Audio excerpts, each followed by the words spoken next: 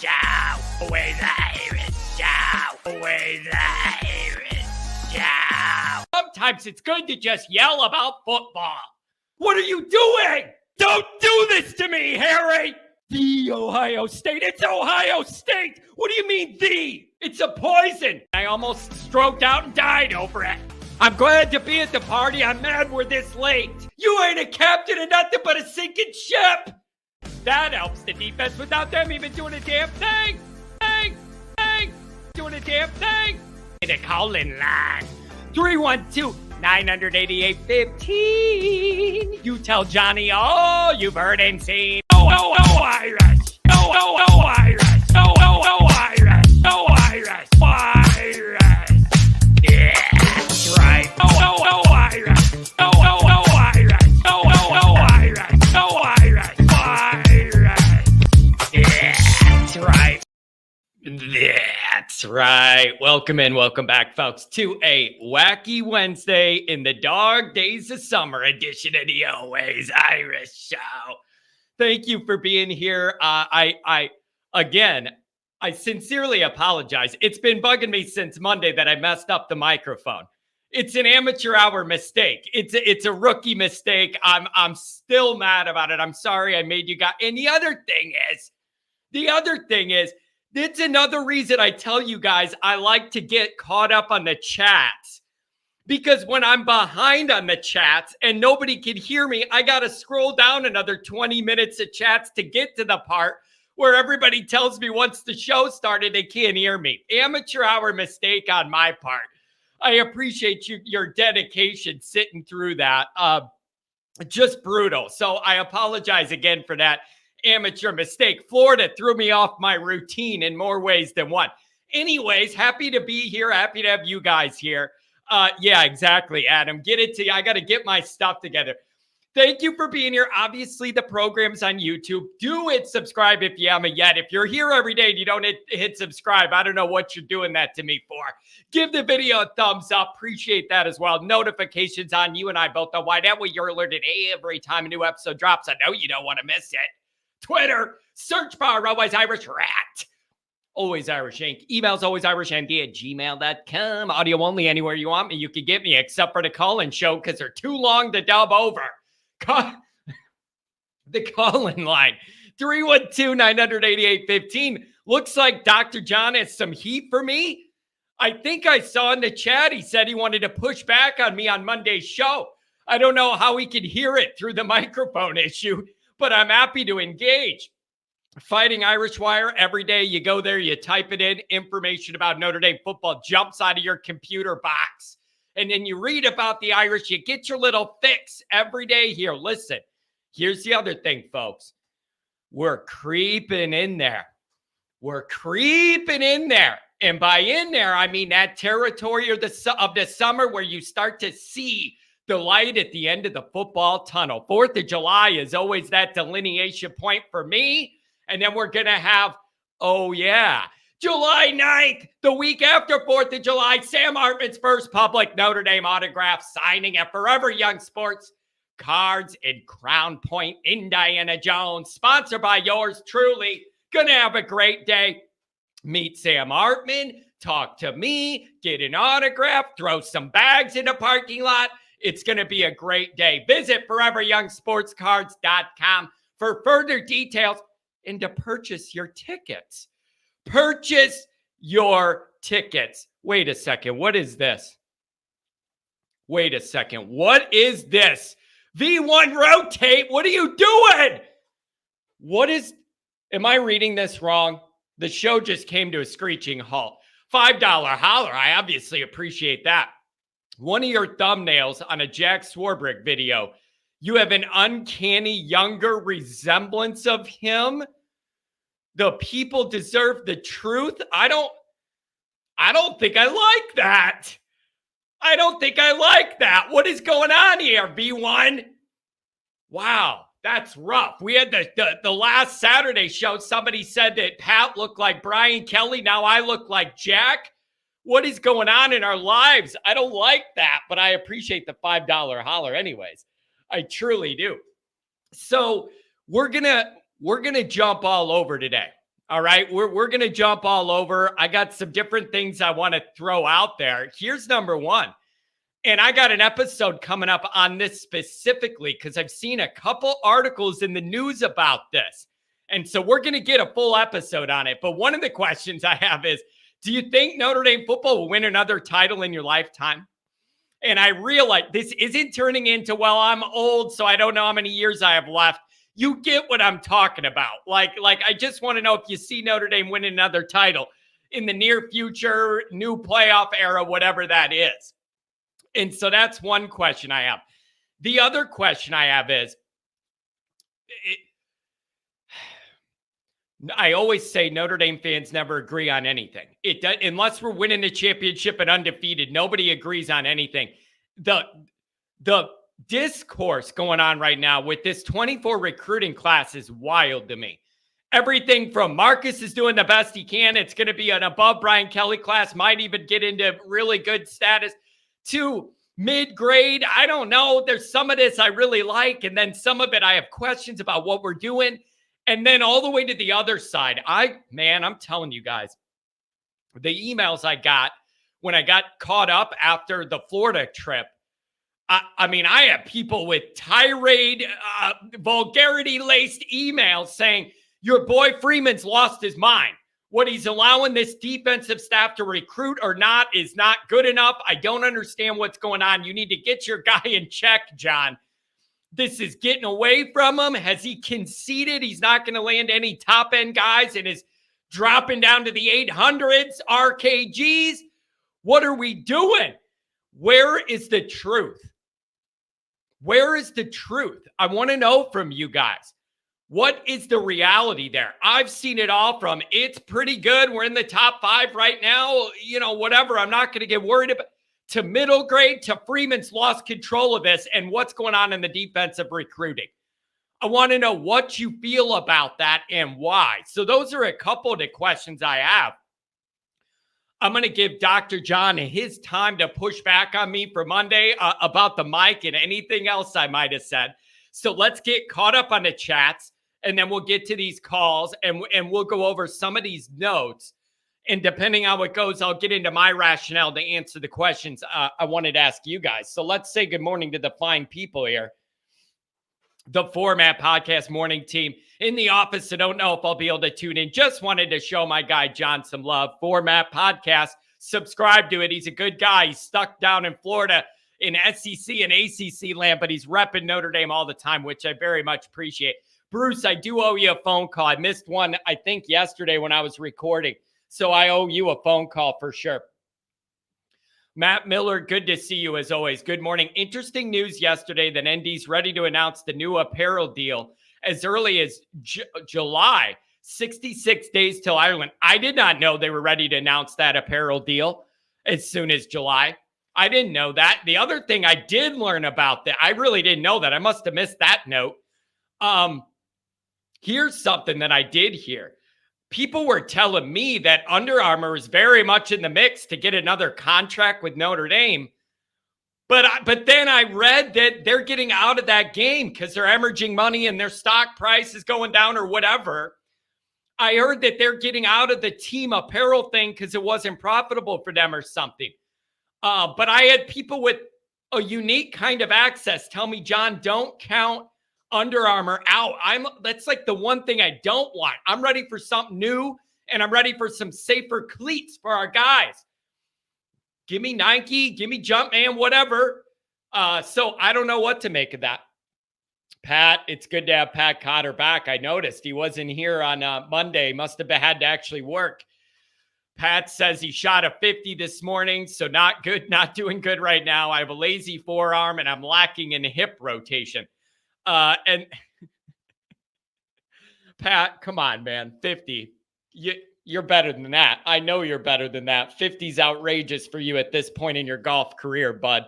And you and I both know that. Matt Miller says, always Irish. I think he meant 80. No, I don't think so. I think he's telling me he played 9 and he shot a 50 is what I think he's telling me. And he knows that I know that he knows that ain't good enough. That's all I'm saying. That's a lot of work out there for 9 holes. That's a lot of exercise. It's a lot of swinging.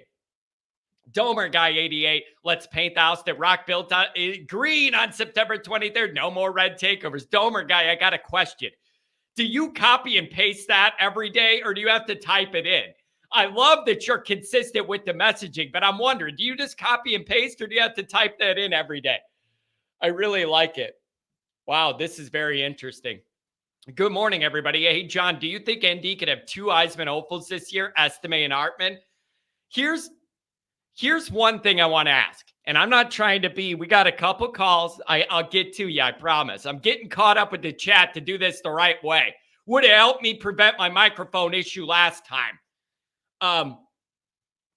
I've seen a lot of Hartman ending up on these Heisman hopeful lists, which is obviously awesome for Notre Dame. It's not a place we're used to seeing our quarterbacks be listed. But here's what I find interesting about it when you see Hartman on these lists. What interests me is I still have concerns about the wide receiver group. I think they are going to be significantly more improved and well-rounded overall. I'm hopeful younger guys can contribute and be relied upon, but I don't know if that's fair or not. Like, I can't count Greathouse as being a reliable young wide receiver till I see him be a young, reliable wide receiver. So it is interesting to me how I see him on those lists, and it doesn't seem like anybody's asking. The other question is, do we know for sure he's going to have reliable guys to throw to regularly?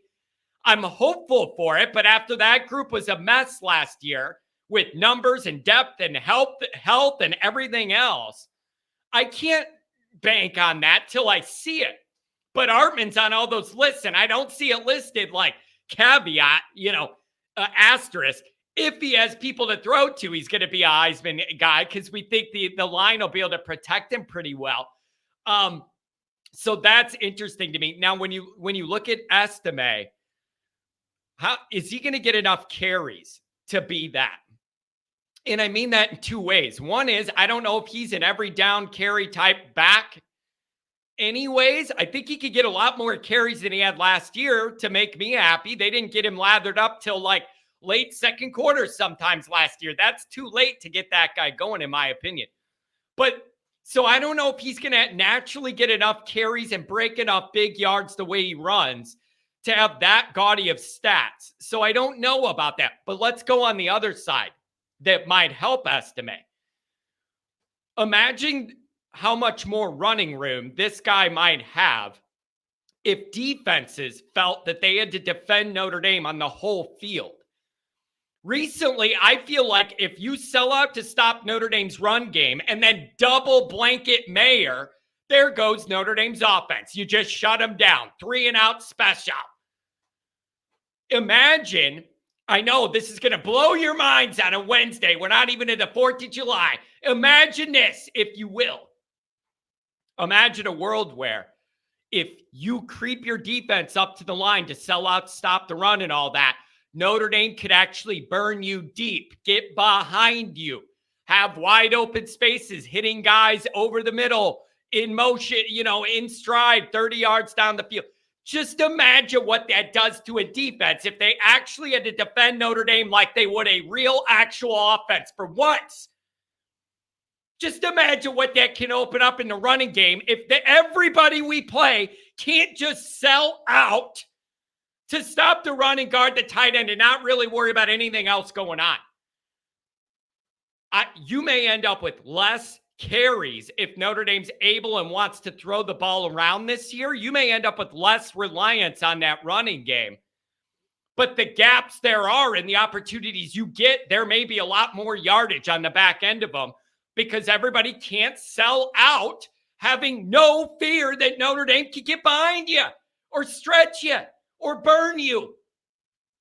That's what I want to see. It's like, yeah, I want to see Hartman hit these guys for touchdowns and Merriweather at the back of the end zone on a jump ball and Greathouse getting behind somebody and all that. I want to see all that.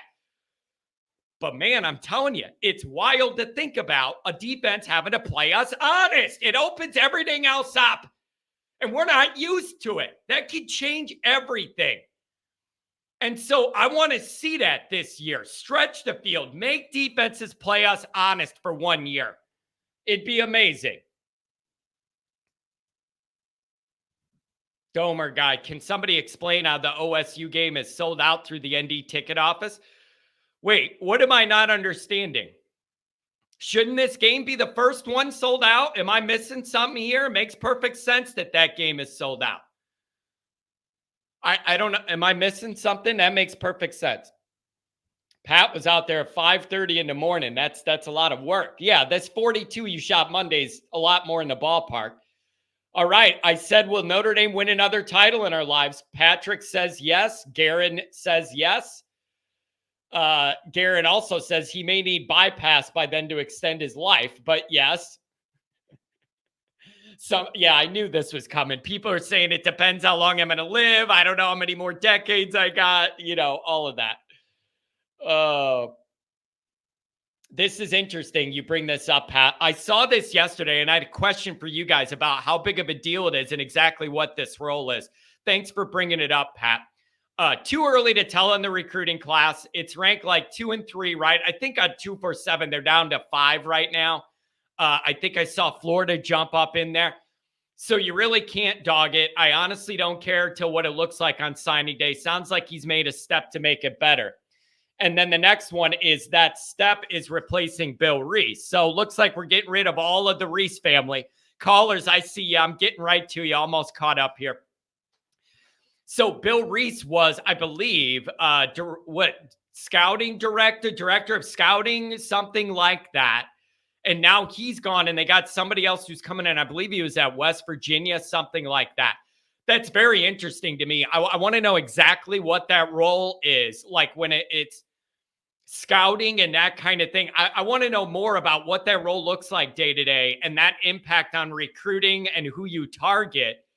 I don't know. Maybe it's time where you just get rid of all the Reese-ness, except for Reese's peanut butter cups. I guess we're getting rid of all the Reese's. So that is interesting to me. I saw it yesterday. I just don't know enough about what that exact job details, what those details are. Mikey Poles, my security guard. Indy's 24 recruiting class is good, not elite. It's an above average Kelly class right now. I need to see the elite level guys that was promised with the Freeman hire. I don't know if it was promised, but that was the hope. I never heard him promise it, but that's what I was saying is the hope. And the biggest benefit he brought in here with no experience was that energy on the recruiting trail. It was my hope you'd be able to get enough elite talent early that would start manifesting in the roster. And you just kind of go from there, and he learns on the fly with a bunch of young talent out there making plays. In a perfect world, that would happen, and I thought we had it lined up last year, and then all the 5 stars went elsewhere. It's a problem. It's a big problem. It might be the biggest problem Marcus Freeman ultimately faces at Notre Dame is the question of being unable to pay acquisition fees and do pay for play and all that most, not all, most 5-star guys want and their families asking for. If you're not able to do that, how in the hell do you expect this guy to land 5-star guys? It might be the biggest question of the Marcus Freeman era overall. If you're not paying that acquisition fee that is now expected by most 5-star guys in their camps, how do you expect this guy to land 5-star guys regularly? You're going to find one here, one there that loves Notre Dame, has a good family. They don't need immediate money and they believe in all of it. Fine. But you need more than that 1 or 2 guys a class. That is maybe my number one question of the Freeman era. How do you navigate that when you're not paying the acquisition fee? Oh, 4 for 40. These guys are thinking 3 and out. So you're 4 for 40. A 5-star guy, even if it's unrealistic statistically, when they're 17-year-olds, they're 5-star. Everybody's telling them they're the cat's meow. How are you going to tell that guy 4 for 40? He's thinking, I'm going for 3 years to party, play good football, and I'm going to the league because I'm a 5-star. Now, don't type in the chat, oh, John, only 2% of people make it to the league or whatever. I know that reality. Tell that to a 17-year-old being offered money, cars, ladies, everything else, being told they're the best. Tell that to that 17-year-old. Tell it to a 17-year-old who maybe doesn't come from money And they could use a couple $100,000 on the front end his first semester to help mom out. There's a lot that goes into this, but 4 for 40 is not the answer you all think it is. Not you all, but the people who say that. That doesn't mean what it used to mean when you're going after the five-star guys that have NFL in the mind. They're not planning on being there 4 years. How do you overcome that? Marcus's personality can't wave a magic shillelagh and make guys give up a bunch of money to come here. How do you overcome that problem? Probably the biggest question of the Freeman era to me. Probably is.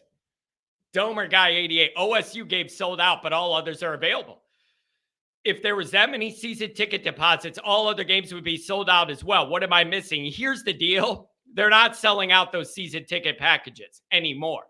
They're not, and probably for a lot of reasons, but there are other ancillary ticket packages that I know that people buy, the Shamrock package. There's these other packages, mini packages. And Notre Dame's playing games with when those are available, what tickets are available, because what that all depends on is the upfront season ticket holder buy-in.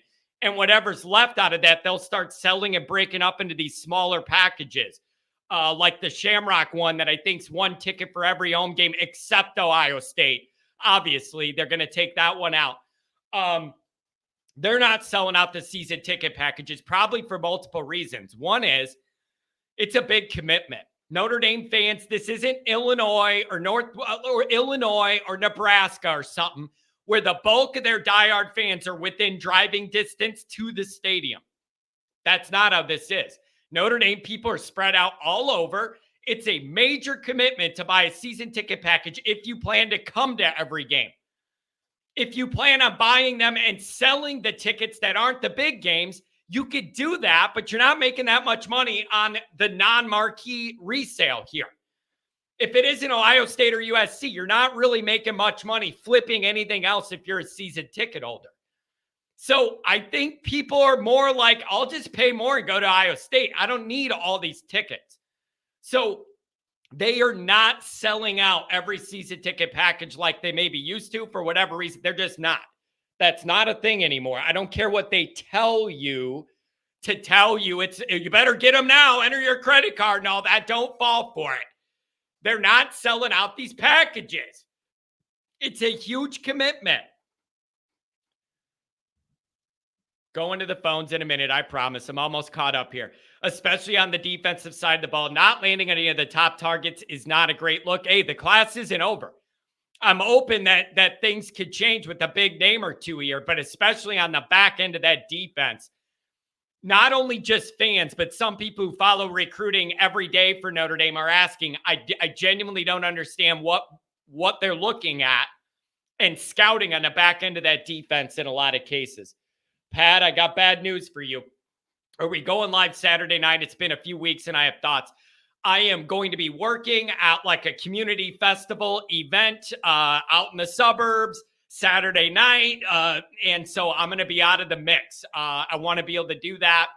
And then we could do it the next Saturday. But yeah, this one I'm booked up, going to be at that community festival event here. Mikey pulls. Freeman's doing the very best he can with what he's given. You can't say the effort isn't there. The guy's busting his ass far more than any ND coach in recent history. I agree with this 100%. However, I'm being challenged on a lot of my views. I got a lot of emails, people disagreeing with me on points, sharing their own points. I'm going to do an episode later this week highlighting the people that disagree with me, bringing up their good points, trying to go over it. I encourage that discourse. Here's what I've come to. I've been saying that Freeman effort is never going to be the issue like it was with previous coaches. The last one comes to mind first and foremost. He was probably out. The last coach was out there giving Pat golf lessons this morning, probably, and counting it as recruiting. But let me ask this. When I say Freeman's busting his ass, the effort isn't an issue. And then I have people push back on me saying, well, what good is all that effort if you're not getting elite results? Let me ask myself this question. I'm going to challenge my own view. Maybe Freeman needs to maintain this work ethic, but direct some of it in different areas. Maybe that's middle ground here. I will never question that guy's effort. I know how many miles he puts on that jet and everything he's trying to do. Maybe he needs to direct some of that energy, maintain it, but where it's pointed at, change some of that. Meaning, if you're finding you're striking out on all the good guys you're going at on the back end of the defense in the secondary or whatever, maybe Freeman needs to give way more of his really good recruiting effort there earlier in the process than he normally would. Like, I don't know exactly how that looks, who's doing what and when Freeman gets involved. Maybe that's an angle here. Maintain that effort and that energy, but redirect it a little bit where you may need it more, where you're lagging in recruiting or one guy's not pulling his weight or having good luck this cycle, whatever it is. Maybe that's an angle here. Redirect some of that energy where it's most needed at the moment. I don't know. Domer guy says with the heavy art, he says, no, we're not going to win it all again. That's sad. Andrew Gilmore, I think it's weird how some ND analysts are still critical of going with Hartman over Buckner. You know why you need Hartman? We have a first-year OC with zero resume. Give me Hartman all day. I think the way I'm starting to look at it, and I think I emailed Andrew about this, if you want to bring in a transfer guy and he's clearly better than who you already had, then it makes sense. However, if it's not and it's close, or there's a debate and we don't know whether the guy they're transferring in is better than what we have in the house or not, and the guy you're bringing in is a one and done, there's no development there, and it impedes the development of a younger guy, that's where I'm going to start having an issue. That's where I'm going to start having an issue, is like if in 24 they don't feel comfortable with the young guys, Minchie and Carr, and they're going to bring somebody else in, I got to feel that it's worth it, or I'd rather have a developmental year that could lead to something better from Carr as a rookie or whatever. I don't know what the plan is for 24. Wouldn't surprise me if there's a transfer again, and then 25 is that year those two young guys compete. But it's got to be a guy with upside. It can't just be a guy. So I realize the old thing's changing with these transfers and no sit out, but it's got to be a guy better than the guy you have. That's my opinion. Jay Lehman, good to see you. Jay Lehman helps me out with all my technical difficulties.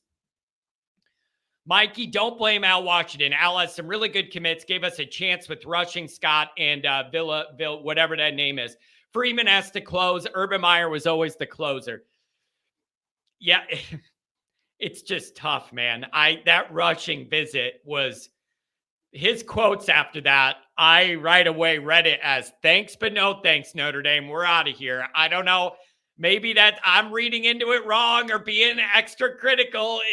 It was just rough. Jay Lehman, gut feeling, only one loss. Not sure which one it is. Well, if we have one loss and go 11-1, it's going to be a good year. I think everybody would be pretty happy with that if you end up 11-1. Phil, good to see you, Phil. Good to see you, Phil.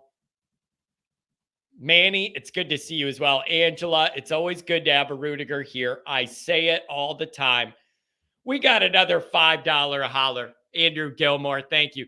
Other than Williams and Carr, the best recruits are on the D-line. Bryce Young, pedigree. Thomas plays major high school football in Texas and dominates. Both will get bigger. Yeah, that Young is going to be a beast. He's almost already 6'6", I heard. Like, he just keeps growing. And you have that Notre Dame family lineage. There's nothing but upside on that one for sure. That's for sure. Oh, man. We are not Marshall. What is this? John and Pat's mom making questionable decisions after a few PBRs back in the early 80s. Yeah, that's probably how I ended up here. It's wallowing in our non-winning Notre Dame-ness. That's probably how it happened. Oh, man. Crazy Boy says, of course, Jackie's going to be making the decision for the apparel deal. I don't know, but I heard Under Armour was still in it, but everybody tells me they want to get out of the uniform game. So I don't know what to make of it.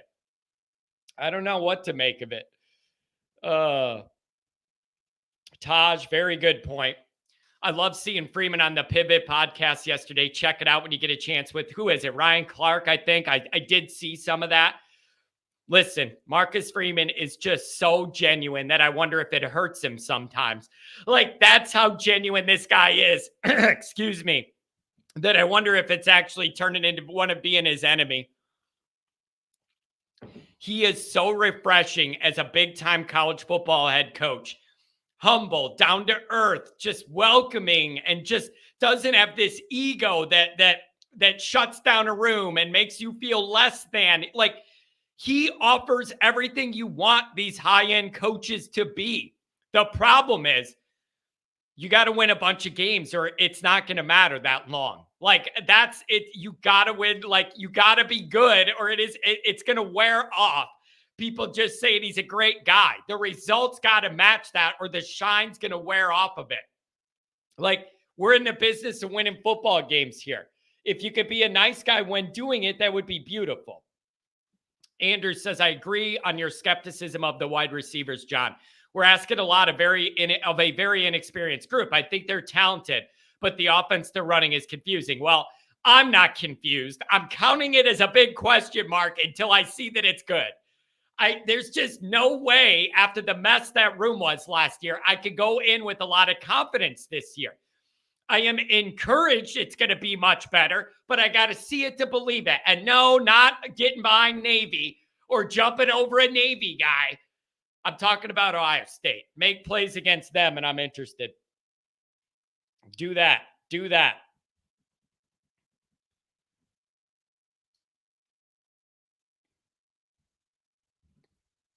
John, there were guys running open behind CBs last year. Pine never saw them. Well, yeah, that's another issue. That is another issue. But I'll give you that. That is accurate. But also at the same time, we have to acknowledge the wide receiver group was an albatross at the beginning of the year. Like, the depth wasn't there. You had injuries, and then you combine that with the quarterback that could barely see it over the line or get the ball where you needed it. It was a recipe for disaster and frustration. It just was. Crying Belly is back. We're going to be worse than last year. Well, that's the bright side. That's a bright side. I have a dream. It's big. Take the billions of dollars we have. Pick a chunk of land down south. Create a new South Bend town. Rebuild the campus down there. Watch the success tenfold. That's similar to the argument people make of, like, if you join the SEC, we'll be able to get more of that talent. Why? A lot of those guys, when the recruiting guys talk to them, most of them don't even know where Notre Dame's at. I tell the story all the time of the guy who covers South Florida recruiting, goes to a lot of those camps where those high schoolers are and asks them, what do you think about Notre Dame? Those guys, they don't even know where Notre Dame's at. They're not even on the radar to a lot of those people. So I don't know. It's wild to me, though. People say, join the SEC. You'll be able to recruit instantly. Michael Campbell, why are Notre Dame fans in question mode daily? And we wonder why they keep writing about Notre Dame doubt. You give them enough material while I don't hear it from other teams. I mean, why are Notre Dame fans in question mode daily? Because everything isn't where we want it. That's my answer, Michael. Because everything with this team isn't good enough yet. It's not where we want it yet. The actual team isn't where we want it yet. And the recruiting, we're trying to get it where we want it. That's why.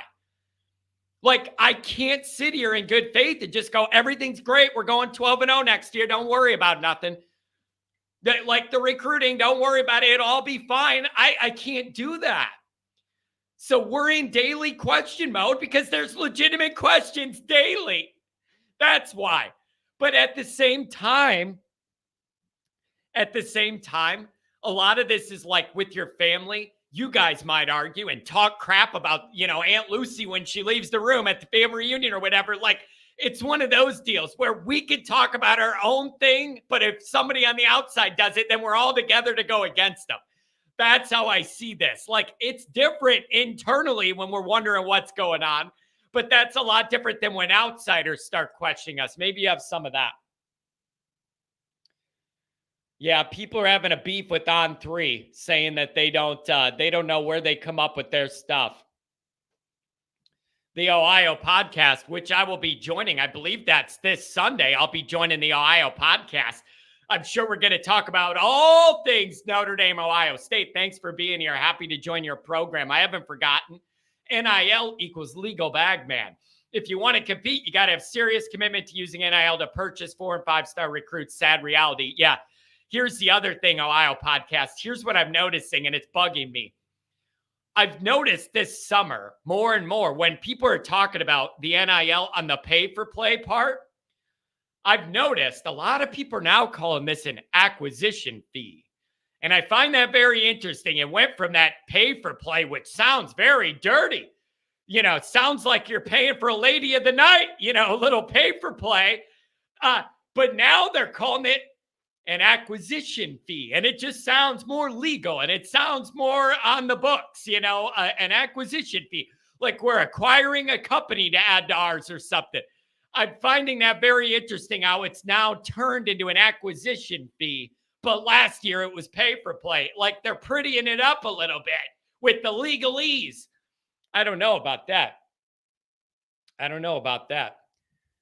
Jeremy Welling, good to have you here. He says there was an article I read yesterday. It said ND game is the most expensive in all college football. I'm assuming you mean ND Ohio State, and the Ohio State got cut out. Wouldn't surprise me at all. The only thing that can mess that up is if either team loses before that game, especially Notre Dame. I'm already on the book saying you want to avoid a red wave for that game. Notre Dame drop a game before Ohio State comes. There's going to be a sea of red, and I ain't going to like it. So you better figure that out and not lose any. I'm telling you, these Notre Dame fans are fickle. And not Luke. I'm telling you, you drop a game before Ohio State, that's how you get a sea of red there for that game. People are going to sell them and flip them and take the money and be mad at Notre Dame, but at least they have a fatter wallet when an Ohio State person foaming at the mouth that they're going to blow us out and buys it and pays whatever. That's what'll happen. You put a little blood in the water and lose the game before that one. The Ohio State people are going to think, oh, we got them now. And they're going to pay whatever and scoop up your Notre Dame tickets. Just telling you, that's what's going to happen. Deb Thomas, start paying for play with these 5 stars. It ain't going to happen. Notre Dame's not going to do it. Not going to do it. What was this? ND is the most expensive game day experience. I believe that. I do.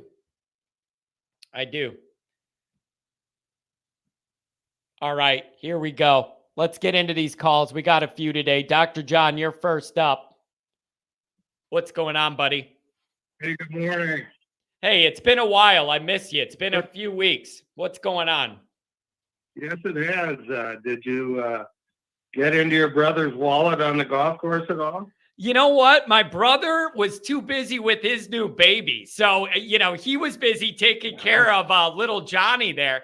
And, but I was able to get out a couple times and play, in that 1 week more than I have all summer. And I got a little game left in me. And so it makes me miss it, John, but it was good to be back out there and played some good 9-hole rounds, one in the 30s and then one at 40. I'll take that for not playing a lot this summer. Well, you have to give me a bunch of strokes.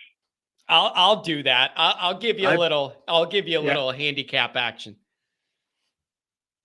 I went over to Anaconda last Friday. That's in western Montana. I think it's the least expensive Jack Nicklaus course in the world. It's still $100 fee, but it's really a fun golf course.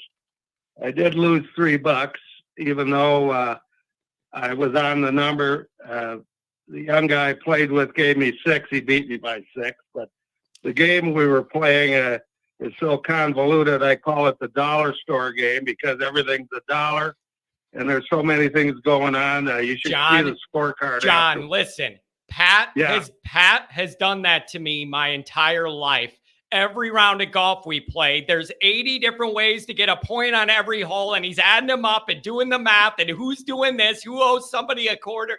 We're doing it. And I said, Pat, I'm not worrying about any of this stuff at all. I'm just going to play good golf, and you tell me if we won or lost. I don't even worry about it. It's too much for me to think about. We got the Wolf game. We got the Chicago game. We're doing this and that. I can't keep track of it all. I just want to play good golf and let him add up the math.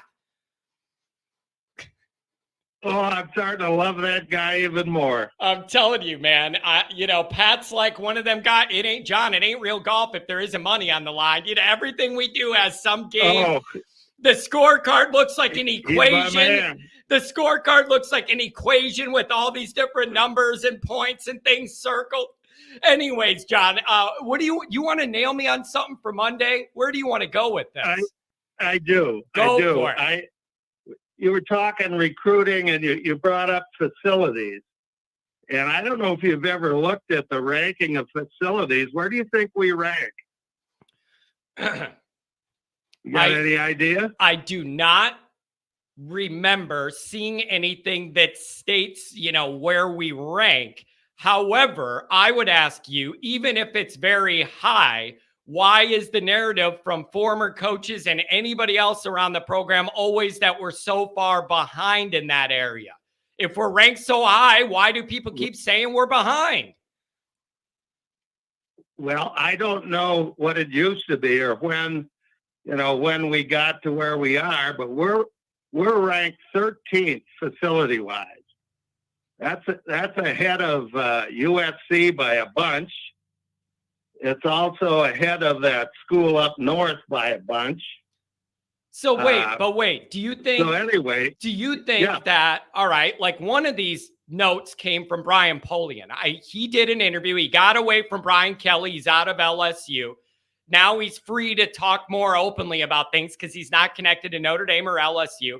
And he said, I thought our facilities were pretty good at Notre Dame.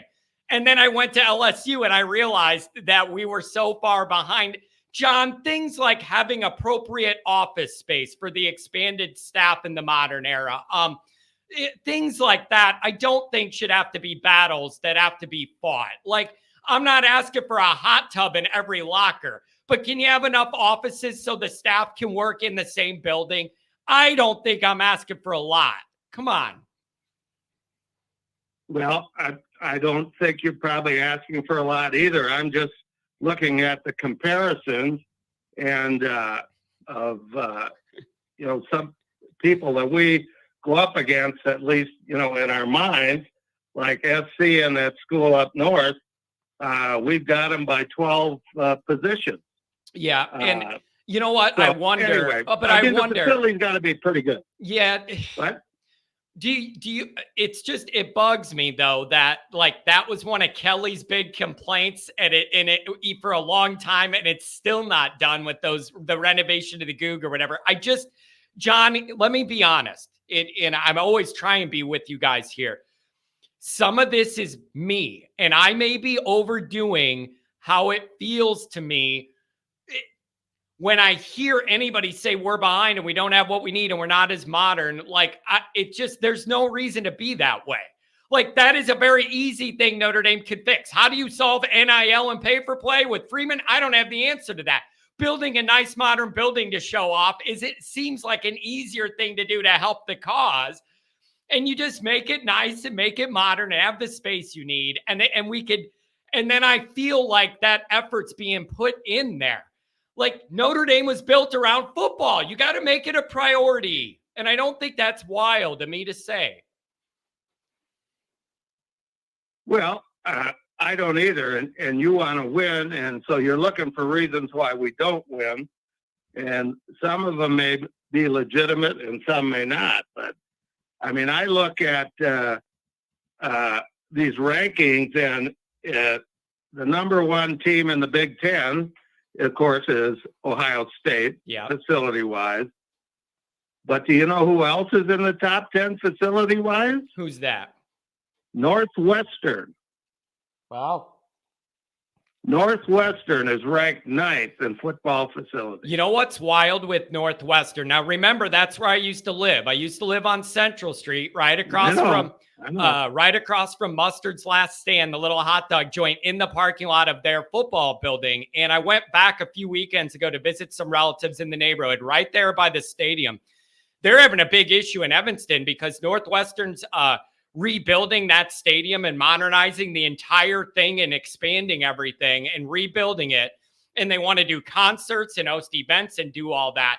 And they're having a real issue in Evanston because half of the people there are against this.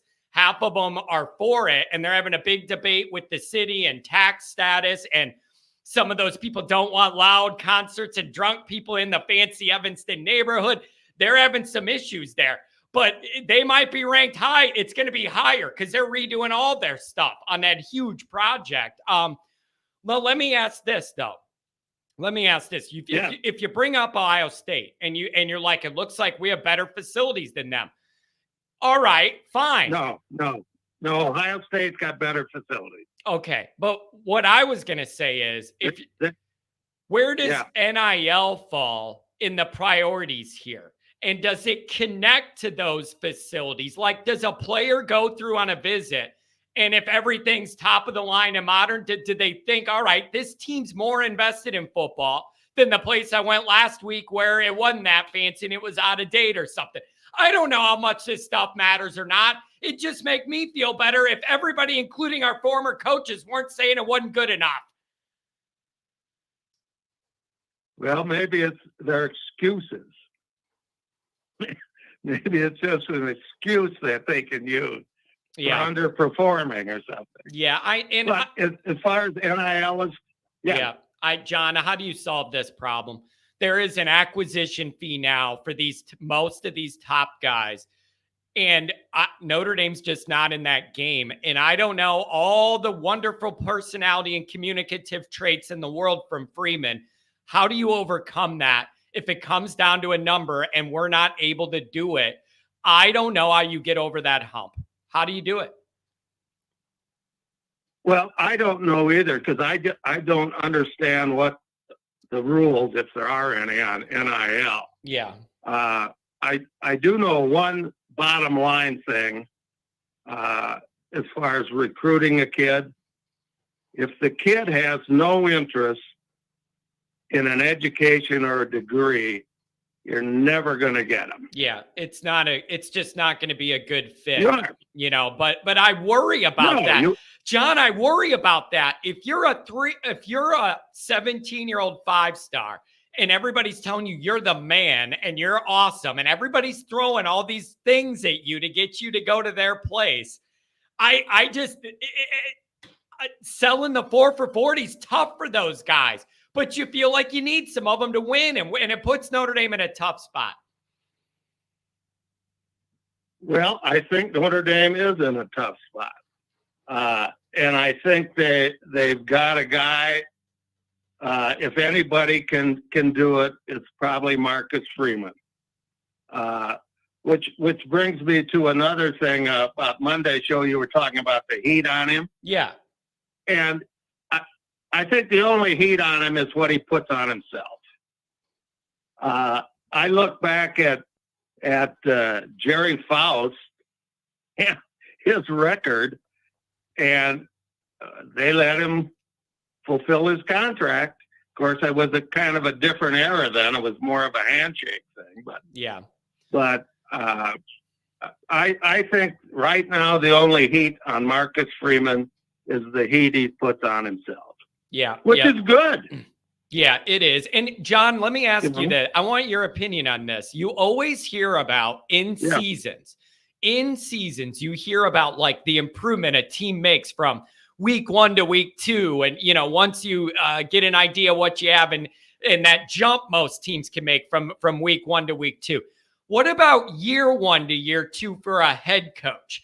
I think about that. And it's hard to quantify, but how much do we expect Marcus Freeman to improve coaching 1 year to the next, either in terms of in-game decisions about when to put on the gas or pull back or take a timeout or do something different, but all of it.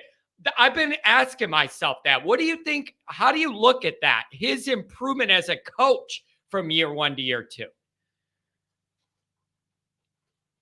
Well, I don't think 1 year under your belt is going to make you that much of a good head coach. I think you need a couple of years experience to do that. I look back and I think we're better off with Marcus than we were with, say, Terry Brennan.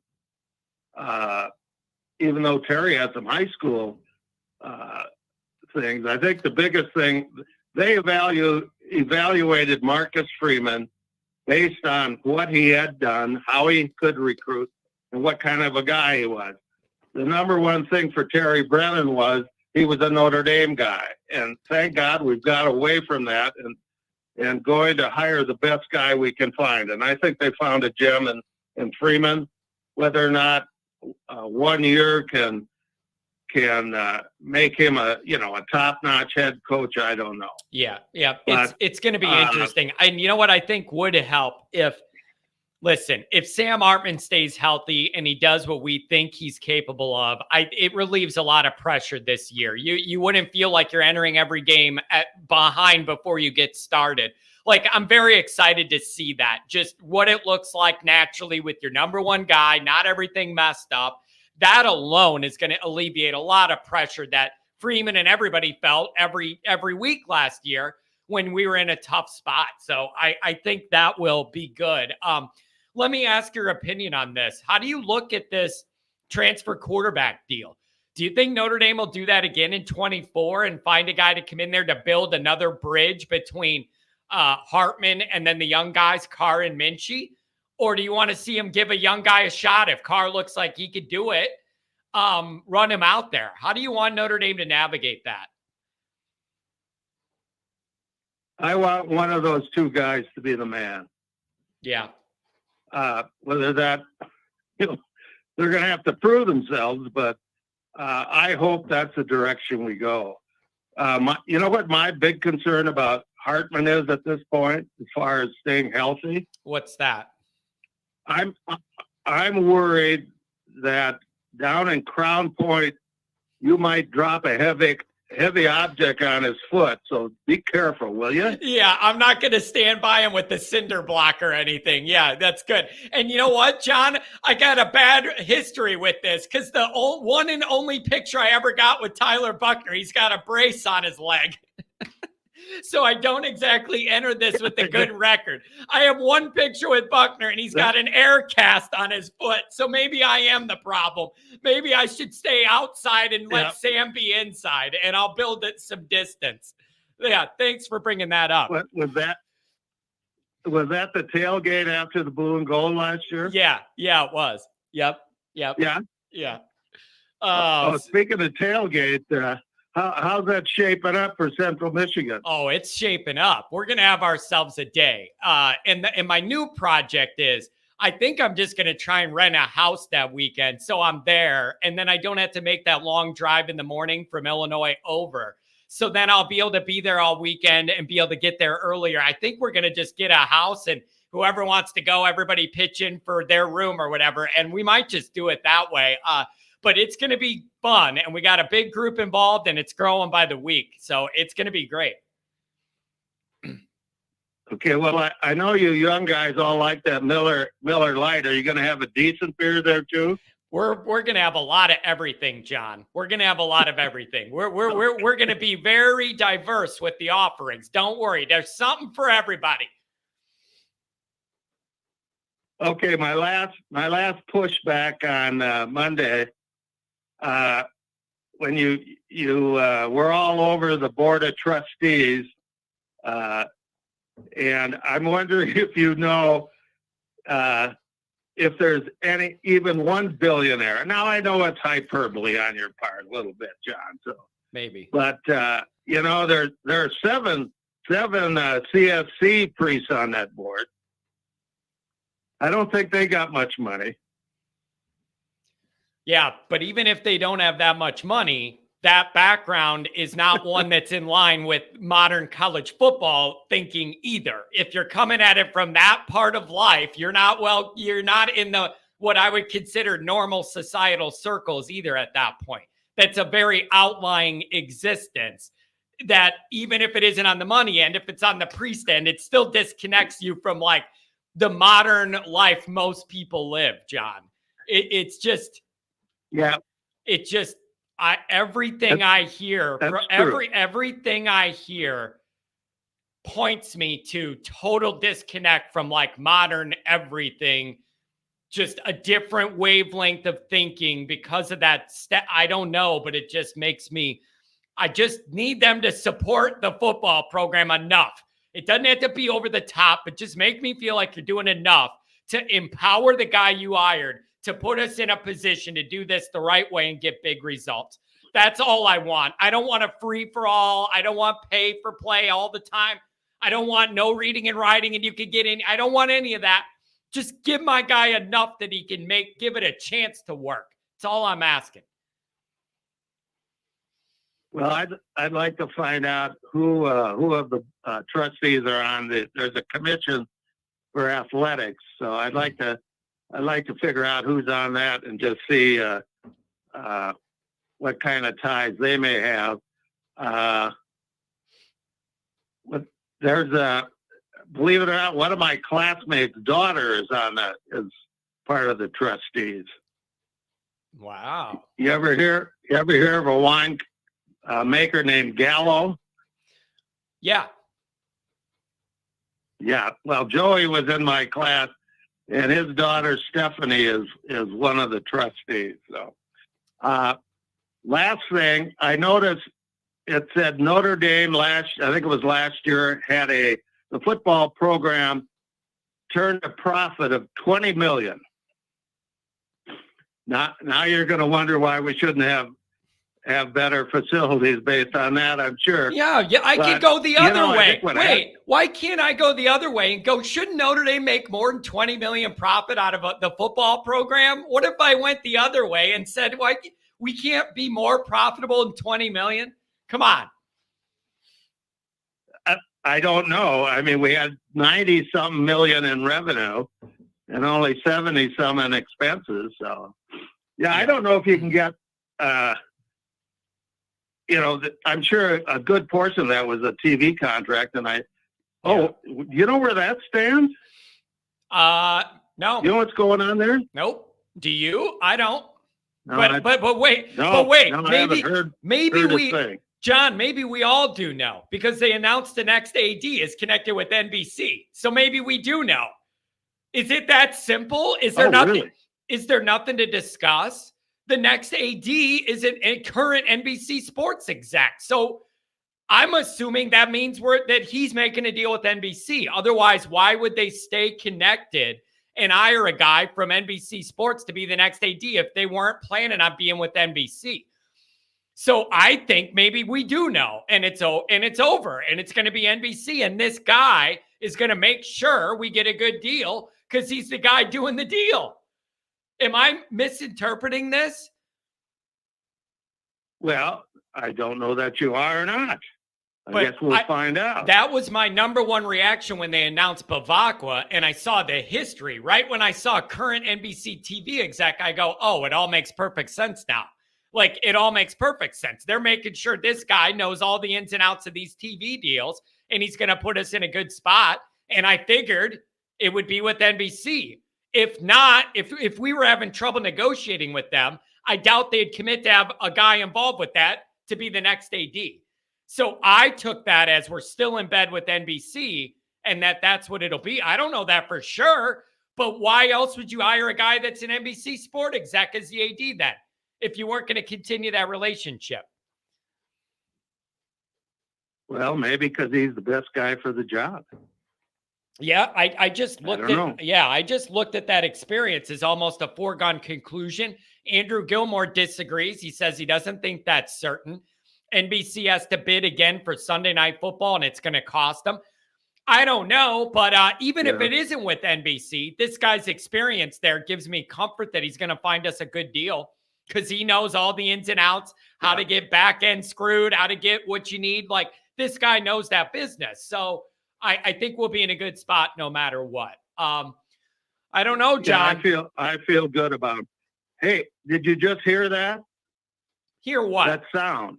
I don't think I did. That sound. It was the sun. It was the sun getting to the equator. John, I'm telling you. Happy summer solstice.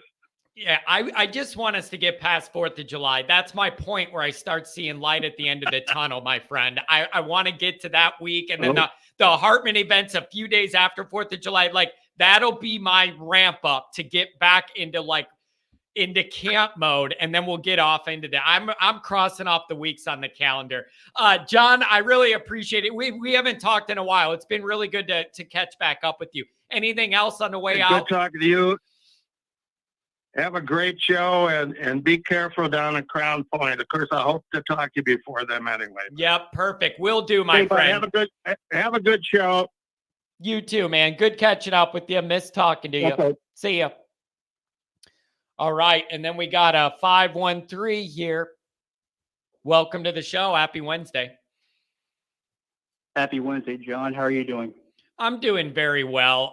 Just kind of the dog days of summer and all the Notre Dame stuff rolling around in our minds. What are you thinking about today? Recruiting, particularly on defense. What do you make of it? I'm not happy with it. Not at all. I think they've recruited a lot of low-ranked players, and I think that's a sign that they're settling. See, that was going to be my question right away. That was going to be my question to you is, if you're noticing that as a trend, that like the level of guys they're approaching a rank lower and lower and lower, like what does that indicate to you? Is it an indicator to you that they're shooting for the high-end guys and they're not getting the interest back that they wanted, so they have to drop down? Is that what you think's happening? And then my next question is, there's a big drop-off between a 5-star safety and then the guy ranked like 800th. Is there no middle ground? So, like, what do you make of that and how we got there?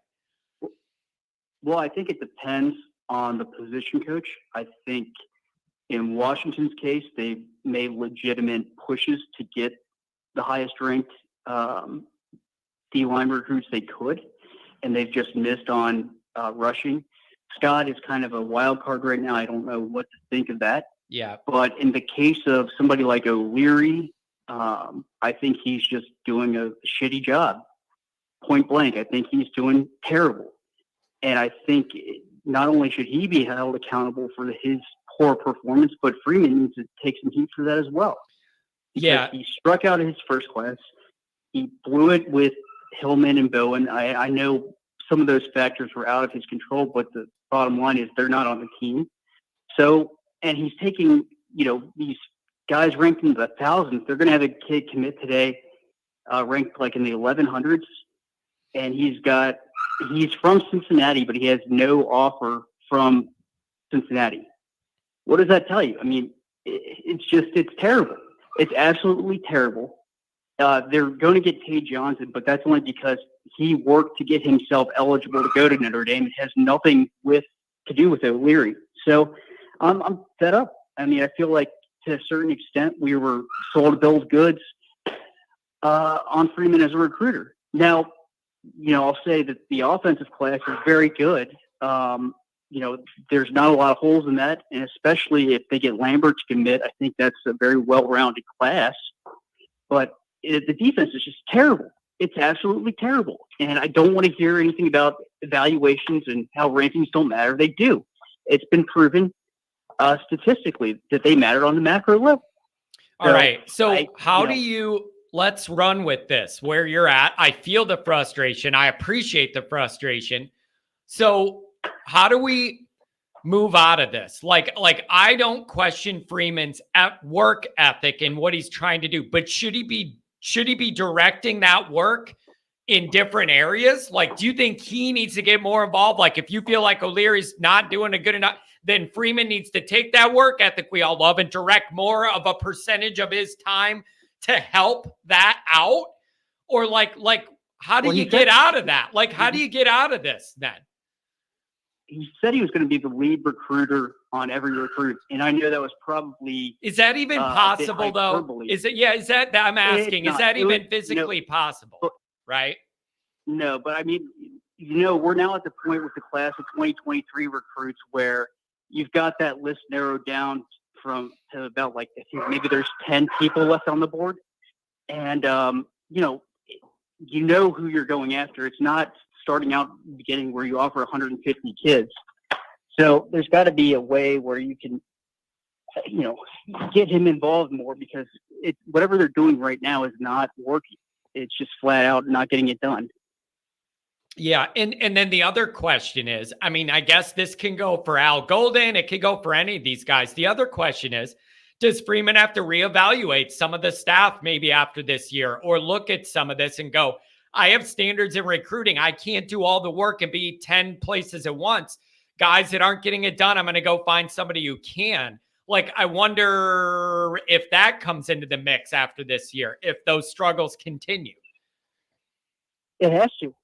I mean, you cannot sustainably go on like this, especially when you're recruiting at a position of limited depth and everybody you're bringing in is some kind of project. Even Tay Johnson, who's going to be a top 150 prospect that's coming in, he's got very limited experience playing safety. So you're looking at people that, you're going to be very limited depth-wise in terms of safety after this year. And you've got kids that aren't going to be ready to play. So what are you doing? I mean, it's just, none of it makes sense. It's just not a good operation on the safety side. Yeah. And it's just so frustrating, man. It's so frustrating. And I don't like the class is like in the top 5 right now, depending on where you look at it. But I think people are waiting for the drop. You know what I mean? Like almost anticipating it to be bad, right? Like, you're not going to end up there. It's that high because they've gotten, they're already at, I believe, 19 recruits. So that has to do with it, where, the higher number of recruits drives up the overall class rating. So that means nothing. I mean, I think last year at this time, we know they were number 1. Yeah, I was going to say we were number 1. And like an idiot, we're 2 and 3 last year. Like an idiot, I got up every morning in the summer, looked at that ranking, go, all right, we're still number 1. And I'm walking around town feeling good about myself. And then look what happened. A nightmare.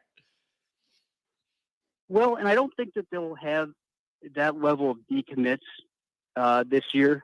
But it is disappointing that they're just not gaining headway. And I think the ultimate answer is they're going to have to start paying those acquisition fees. That doesn't mean that they have to lower their academic standards for potential recruits. But you can't be halfway in. You just can't do it. Either, pay the fees or get out of the Power 5 and join the Ivy League. You can't do it both ways. Yeah, and that is a frustration. I'm glad you said that. That is a frustration I've had, where I would say to myself, Notre Dame, every time they get up there and anybody says anything, it's championship standard. The goal is to win a championship, whatever. But then I see Notre Dame not putting themselves in position to make that a reality by their own choices sometimes. And then I'm saying what you're saying. You got to pick a lane. You can't tell us championships are the goal and then tell us you're not willing to do what it takes to even give yourself a chance to win a championship. Those don't make sense. You can't live in a dream world. You got to give yourself a chance. I have heard from somebody I know that knows agents for these college guys. I believe it's Arizona has NIL deals set up where every scholarship player gets $100,000 a year guaranteed. And if you're like a star guy and get extra deals on top of that, you have that. But every guy on scholarship there gets $100K a year. That's Arizona, not a high-profile team with a lot of winning in a full stadium and all this history. Zona is up to that level for every guy that has a scholarship. That kind of tells you where this is all going. And I don't know how much longer you're going to be able to compete for the top guys not being in that ballpark at all. It's just money is money, and it talks. Yeah, and I don't understand the moral hang up on it. It's just paying for a service. I mean, and again, you're not asking these kids, or you're not bringing in these kids with lower academic standards. You're maintaining that. I don't see why this is they feel that it's such a necessary self-regulation to impose on themselves. It makes no sense. Yep, I agree. You know what I think it is? All the money that the football program brings in. You know what I think it is? It's so Notre Dame-y to me when I think about why there's this resistance to being that modern. I think Notre Dame thinks that that's gaudy, and they don't want to give off the impression that there's money involved to entice guys to come here because they feel like that's slimy and below their moral character and all that. That's honestly how I feel about it, is that it's uniquely Notre Dame in the way that they just don't want people to know that there's money involved for these guys that go there. Like they think it's still wrong, even though NIL's legal, kind of, and they don't want to be real public and out there about what they have going on with it. I feel like Notre Dame still thinks it's like dirty in a way, and it's hurting them. Yeah, I agree. And unfortunately, I mean, there's some thick-headed people that need to be put in place. I mean, I don't know who that would be specifically by name, but, you know, it cannot coexist in its current form. Yeah. It just can't. Yep. I agree with you. Now I have heard that this makes me feel good.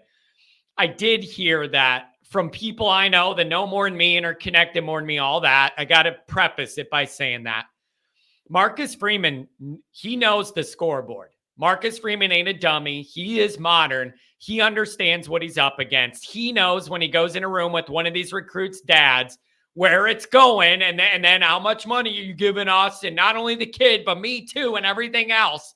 I can't imagine how frustrated Marcus has to be with all this. However, he knows what the deal is, and he knows Notre Dame has to get a lot more advanced in that area, or he's going to keep hitting a brick wall. He knows all that, and he's working towards all that, softening some of that label of like, you know, the NIL. And so Marcus is trying.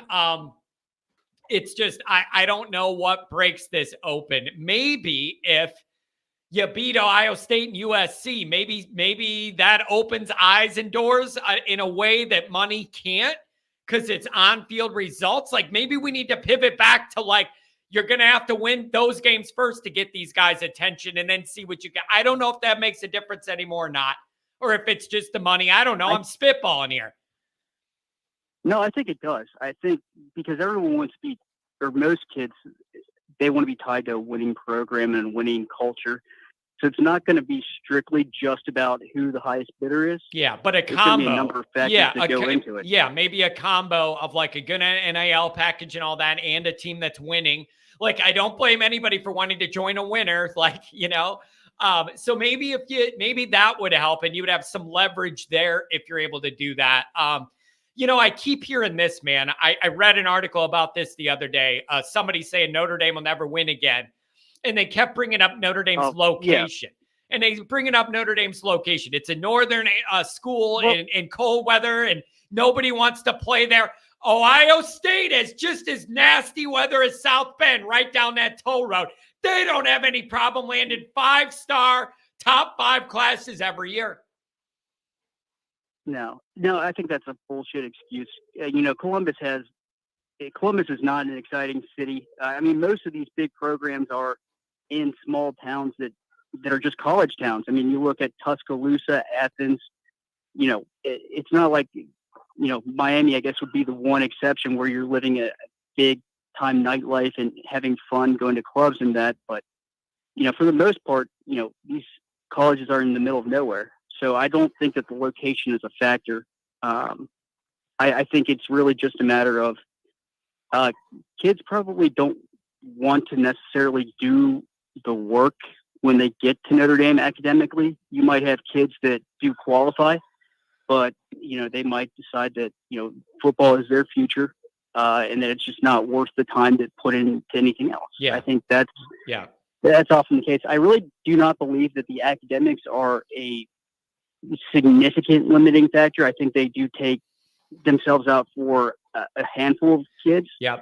You know what? I agree with you. I mean, I agree with you. And the reason if you've got any kind of functional brain, you can get in. I mean, the standards aren't significantly high. I mean, I understand that, you know, it might be difficult. You know, kids aren't going to have 4.0s and all that, but it's really not that big of a limiting factor if you've got a kid that has a functional brain and does some kind of work. And that's the thing. They have to be willing to put in the work. And I think you could kind of gauge that, you know, on the front end, a guy that's willing to do that or not. But here's the reason I agree with you. of the 3 5-stars we were all excited about last year that we thought we had, 2 of them were verbally committed. One of them, I was told for months, was a silent verbal. Those were top end 5-star, instant impact. Everybody wanted them, key positions, all of them. And those guys were fine with grades. That was not an issue. That's not the reason Notre Dame didn't get those 3 cherries on top to end last year's class. It wasn't academics. They could all get in. It's just the other stuff, whatever happened. But even just last year is an example that backs you up. All 3 of those guys were 5-star guys that could get in there and do the work, and we lost them. And that's what hurts me the most. Because when you do find those guys that are great and can do the grades and they're interested in Notre Dame, those are the guys we got to get. Because there isn't a huge pool of guys that hit all those boxes. Those 3 were, we didn't get them, and I'm still upset. Yeah. Okay. Well, I mean, that's all I had, other than one thing I wanted to say is don't waste your breath on the trolls like Newt Rockney or Crying Belly. Whatever name Newt's going with this week, as the they world keep would be changing. a better place without them. If Clarence was their guardian angel, he would have told him to jump off the bridge. Just forget them. Don't worry about placating them. Don't try and get them on the show. They're not going to call you. They're pussies. Just forget them and move on. I appreciate that, man. I try and deal with, take it as it comes and depend on where we go with it. And then sometimes I ban people and there's a new email and I think they create a new account and then there's a new one. Some of it's fun, but sometimes I'm not in the mood and it crosses the line, but I appreciate you looking out for my well-being on that, man. Hey, really good call, man. Anything on the way out? I appreciate your insight on this. No, I got nothing, but have a good day, John. Thanks a lot, man, for the call. Call again. Have a good day. Take care. Nice guy. Appreciate that. What's going on with my phone? There we go. 503 and then 937-859. Come on, phone program. All right, 503. I think you're up. Good morning, John. How are you doing? I'm doing very well, my friend. Just in my mind here on all things Notre Dame and the dog days of summer. Where are you at on any of these topics or any new ones you want to throw into the mix? Well, I'll start with one. I saw an article this morning that kind of caught my attention. It said Marcus Freeman mentioned the GUG and how he doesn't feel that's a factor why Notre Dame hasn't won a national title. I like what I read from that because it shows that he doesn't care about what the facilities and the infrastructure looks like.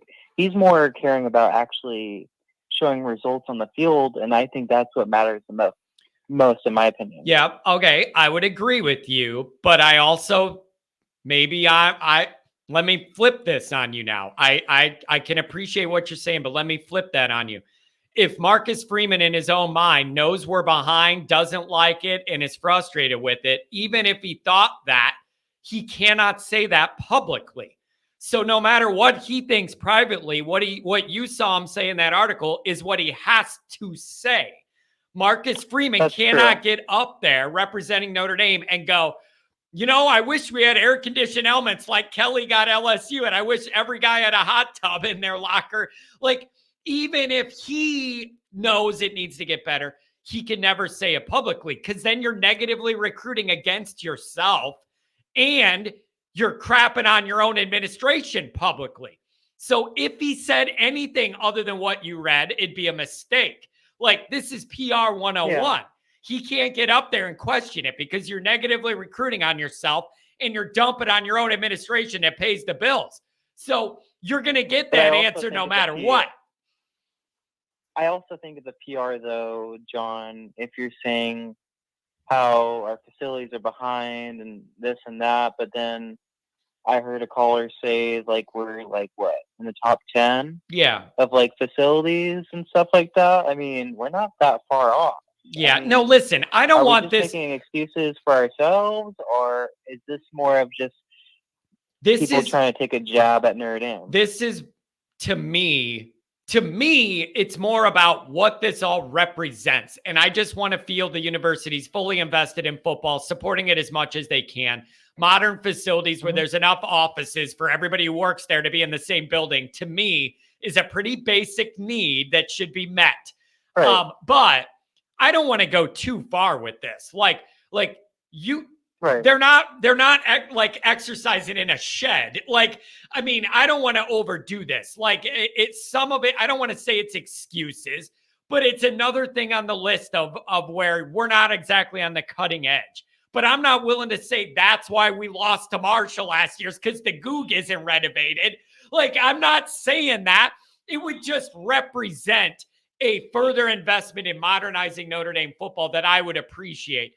But nobody can make excuses. Oh, yeah, the Goog is why we lost to Stanford. Like, no, it's just what it all represents as far as investment in football success at an elite level is kind of what that all represents. And Kelly was fighting for years and it never got done. So this is not a new age complaint. Kelly's been asking for this for years. Mm-hmm. Right. I mean, I don't know. I mean, I'm not really too worried about, recruiting also. I mean, I know a lot of fans are like concerned about it. I look at it like this. If we can figure out a way to win a national title this season, would it really matter at that point? Because then I'm sure Freeman can land, some blue chip prospects. But wait a second, dude. Look at what you just threw at me. Look at what you just threw at me. You're like, well, if we really want to make recruiting go up a little bit, maybe we should just win the championship we haven't won in 30 years. And it would everything would be a lot easier. Like, obviously, that's the best path. That's obviously the best path. But how do you get there? I'm just pulling a major league, reference. Because, why not? Like, yeah, that would fix recruiting right there. Yeah. Hey, somebody's got to win the title this year. You got a hot quarterback in town. Like, I mean, I get it. Somebody's got to win it. But I do wonder, man, the impact. If you play great against Ohio State, you find a way to beat USC or whatever. I just wonder what that does to the whole thing. As far as changing minds or getting more credibility, having some recruits look at you like, oh, crap, Notre Dame's got it going like this. I don't know how much that opens avenues up or not practically in the modern era or not, but it ain't going to hurt anything. If you can knock off Ohio State and then USC or something, then you got something cooking in recruiting and on the field. Well, I look at it like this, for me, you start with Navy and, then you go the rest of the way and you treat every game like it's Ohio State. And then you go into the playoffs and you just, keep moving forward till you go to the last game and win the whole thing. Let me ask you this. I wish it was that easy, but yeah, it sounds a lot easier than it is to do, especially with this schedule. Let me ask you this question. Do you think it's going to be easier or harder for Notre Dame to win a championship in the 12-team format? What do you think? Not just getting there, but winning it. Like, because with the 12-teamer, you have more leeway to get in, but once you're in, you have to play better against good teams in a row to get there. A 4-teamer is harder to get in, but when you get in, you don't have to win a handful of games. It's only a couple. Like, how are you looking at that? Well, I mean, it's hard to say, honestly. I mean, I would have to, really see, a first year of it. And I think Notre Dame could do really well in a 12-team playoff. Listen, here's my one. I know we wouldn't get a bye. But wait, here's what I'm going to say. Get a bye unless we join the Big Ten, but you're not going to get it. That's where I was going with this. You're not going to be able to get that bye, even if we're undefeated or 11-1 and ranked in the top 4 or whatever. We're not going to get that bye. However, we would be playing probably a below average team that got in the playoffs. Well, not only that. But you would have an advantage of, 5-12 or whatever. But that game would be at home in South Bend in mid or late December. Do you know how much I love the idea of that? Like, if you're not going to get a bye, that hurts because you can only lose games you're playing. All right? That hurts. But if the next round we get to have a team come to freezing South Bend in December to play that our first game, I like that advantage. Right. That helps Notre Dame right away. I love that. You get a Southern team I up think there that hates the weather. It's in their heads right away. I love that part of it. And it would just be magical. Can you imagine a home playoff game in Notre Dame in December? It's amazing. Oh my God. I couldn't It'd be imagine that. electric. It would. No, honestly, like I think that's great. I just yes, losing, like having a bye would help, but also what I've seen in the past when Notre Dame goes in the postseason, we struggle. Now, a perfect example would be like in 2020 when we were in the ACC, because of COVID. I do think that Notre Dame did play better when they played against Alabama because we also had the extra game, versus Clemson, where I felt like the guys were still engaged because I think when we, for example, we go 12-0 back in, 2018, we have all those weeks where the players are just kind of like going with emotions. But like, if we're in a 12-team playoff, like the guys are still going to be like, hey, we still got to, play every game and, right, do what we can to win and try to get to the title. Yeah, be engaged. And here's the other part that I think is going to be in play here. And I don't hear a lot of people speaking about this. When you get into that 12-teamer, if you got to win a string of games for a month in a row, you're going to get beat up. You're going to be playing some physical teams when you get to that level. Teams that are well-rounded and have some good depth that they can rely on without a huge drop-off.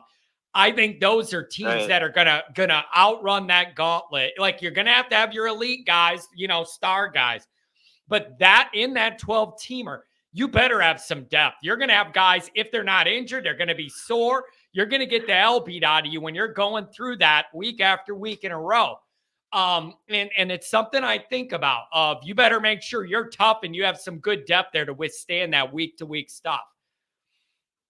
Well, I mean, John, there's going to be, times, and we don't think about this really, but a 12-team playoff, think about that.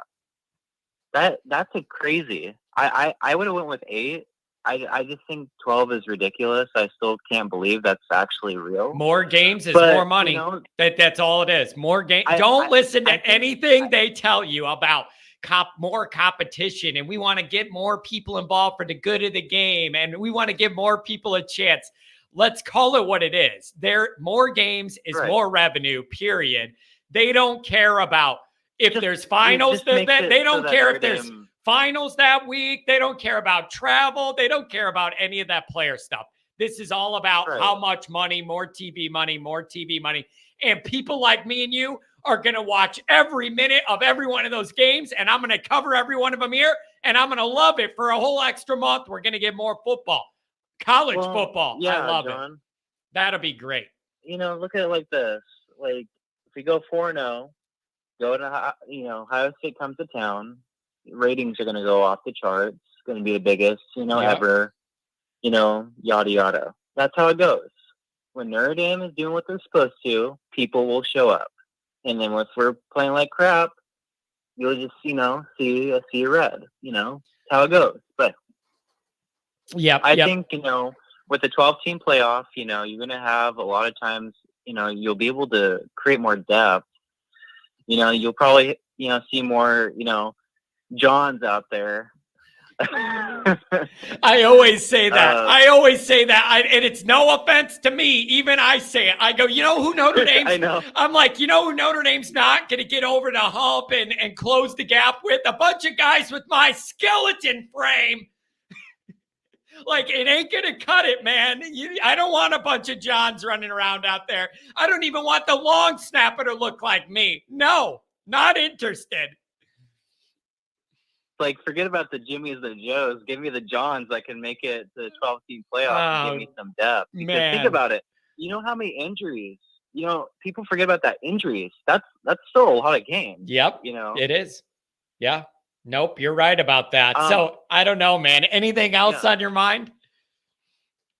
I'm gonna bring up like maybe 2 more things. So yeah, like recruiting, I'm not really, too much, really into it. Really, I would say I take it with a grain of salt until they sign, and then when they sign and they're actually on the team, most of them don't even start. I mean, unless you have like elite, prospect. A good example would be like Benjamin Morrison last year. I mean, he really blew up. Freeman really took a chance on him, and I think I saw someone comment this too. I think Freeman is going after players that fit his scheme, and Freeman does run a lot of 3-3-5, and honestly, I'm just going to trust the process. I think he really knows what he's doing. I'm just not afraid. I have a lot of faith in him, and I'm really banking on it. I really think that he could take us to the playoffs. I mean, worst case scenario, I could see us going 11-1, but I think our ground right now would be 10-2. I think that's the worst we could do. Yeah. Anything worse than that is when the players don't show up, or Sam Hartman is injured or whatever. Don't you feel like that's kind of the line too? I feel like that double-digit 10 win, that's kind of the line at which if it goes below, fans are really going to get upset. And that is the line that I'm noticing too, is kind of get to double digits, and then we could talk about where the 2 losses are, whatever. But like that's like a minimum expectation with Hartman for this year from a lot of what I see. And I kind of agree with that. I think it's fair. And you can't have ball games like Marshall and Stanford where you have way more talent and you just no-show. Notre Dame can't do that again. Right. Can't have it. I mean, also, we really need to have the wide receivers step up. Yep. I think that's one thing that I've noticed the past couple of years is a lot of our receivers are very unproven. They're very talented, but when they show up, on the big stage, you don't have that Marvin Harrison. I'm telling you, John, give me 2 of Ohio State players that are wide receivers, put them on our team. We could win the national championship right now. I'll bank on it. It's frustrating, isn't it? How do you get them there? They land those wide receivers year after year after year. They attract them to Columbus. It's cold weather, but you're going to have a quarterback throwing you the ball that could get you a ball most of the time. Like they just have it rolling. They have it rolling, and Hartline's a great recruiter too. It's perfect. I love how Brian Hartline recruits those guys. And it's just a pipeline of talent, and then more talent. And the names change, but the talent doesn't. And I'm sick of seeing it. I'm sick of seeing them with all that talent running around. And then when they play Michigan, they get beat down. Go ahead and beat Michigan with all that talent, Ohio State. I'm on your side on that one. Beat them guys this year. Right. Yeah, I have a lot of faith in this team. I'm really hoping that we could defy the odds. I know a lot of people, especially on a lot of YouTuber channels, they say Notre Dame could go 9-3. I really think we could go undefeated. I don't really see how we wouldn't unless, we just, lay an egg and we lose to teams that we're not supposed to. I mean, I could be delusional, but I'm just having a lot of faith. I mean, I see worst case 11-1. There you go, man. Hey, if we're in those ballparks, if you're 11-1, no matter where that one is, that's going to be a great second year. And how you lose too. Yeah, but that'd be a big bump if you're up to 11-1. That's a lot. That's a big improvement, and it would help stabilize a lot of things, give recruiting some juice. Right. So I don't know, man, but hey, I really appreciate the call on a Wednesday. Good catching up with you. Right. Yeah, have a good rest of your day, John. Have a good one, man. Take care. Thanks for the call. Appreciate it. Oh, you know what? We had something interesting come up. 937, I got you, but something interesting came up I wanted to highlight here while we were doing that. Andrew Gilmore always comes up with things that make me think. Listen to this. The ND admin sees NIL as competition. They don't want donors who normally give to the school to give money that would then go to the players instead. Hopefully the new AD can paint a bigger picture for the ND admin. I get what he's saying, and I don't like it. Like, I get what you're saying. I do not like it. I don't like it. That's like this petty us versus them, a bunch of billionaires, pension pennies at that time. Like, I don't like that at all. So Andrew has that out there. And then what did Pat say about it? I don't think they look at NIL as competition. I think they look at NIL as pay for play. They're doing it, but they don't like it. That's the camp I fall in more. How do I say this? That's more of what my gut is telling me they think and feel, because Notre Dame actually does have some decent NIL stuff going on, but you'd never know about it. You would never know about it. It's like they want to keep it quiet, like NIL's a dirty little thing still that isn't supposed to happen, and they're uncomfortable with it, but they kind of want to do it because they know you have to compete. So they're kind of doing it a little bit, but not enough to really move the needle enough to where it needs to be. It's kind of how I feel. It's kind of how I feel. I do feel that in me that Notre Dame behind closed doors is kind of clutching their rosary with NIL. We can't give players money. Like, I feel that. And maybe that's my existential Catholicism upbringing. I don't know. But I don't like it.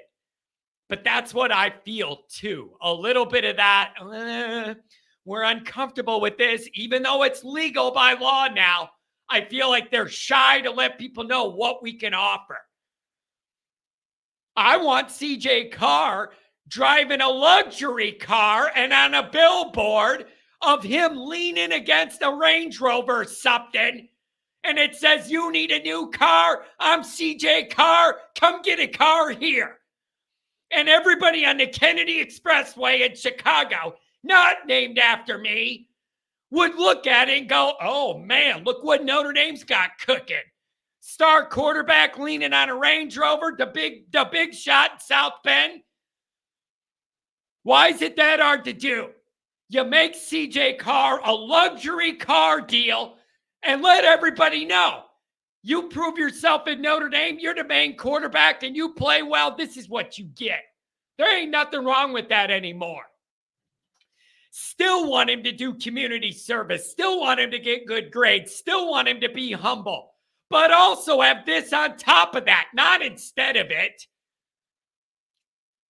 That's what I'd like to see. But what do I know? 937. What's going on a Wednesday? Hey, John, it's your favorite Buckeye fan. Hey. Glad to hear you back from your vacation here. Yeah, listen, man, it threw me off, man. I'm out of my routine. I felt disconnected from the group. I got uncomfortable after a handful of days. I felt like I was missing things, even though there wasn't that much going on. It's good to be back in the routine, and we're back. What's on your mind, my friend? Where do you want to go? Yeah, I got a couple of things on my mind. Beautiful. The first major thing is recruiting, and I got some serious beef going on right now. So last year, as you know, Ohio State and Notre Dame were quote unquote two of the losers as far as getting the 5 stars to come in. We know about your story with Ohio State. We had a chance. We were supposed to land 2 of 3 top 5-star defensive ends. We got none of them, and they all went to other places due to NIL specifically. One was to Georgia, one was to Oregon, and then obviously the Alabama guy that was committed to you guys early in the year. We had a shot at him, but he was more of like this 40-60. The other 2 guys, we were crystal balled for the other 2 guys, so it just shows you. But this year we came in, Ohio State's really changed their philosophy as far as they were very similar to what you guys are experiencing this year, where the administration didn't want to get the collectives involved at the university level because they thought it would steal money from the university. not realizing that, hey, you need a good product. Yeah. And the players are the life, blood of that But, in order to sell tickets dude, and then drive everything. Isn't that a little short-sighted when you look at the other way of the payoff you could get in return if you have all these good players and you're winning elitely? I feel like you're going to make way more money back. People that are in a good mood want to donate more. They want to buy a season ticket package. They want to spend more money at the bookstore on a hoodie. They want to buy all your stuff. They want it. More people want to send their kids to your place.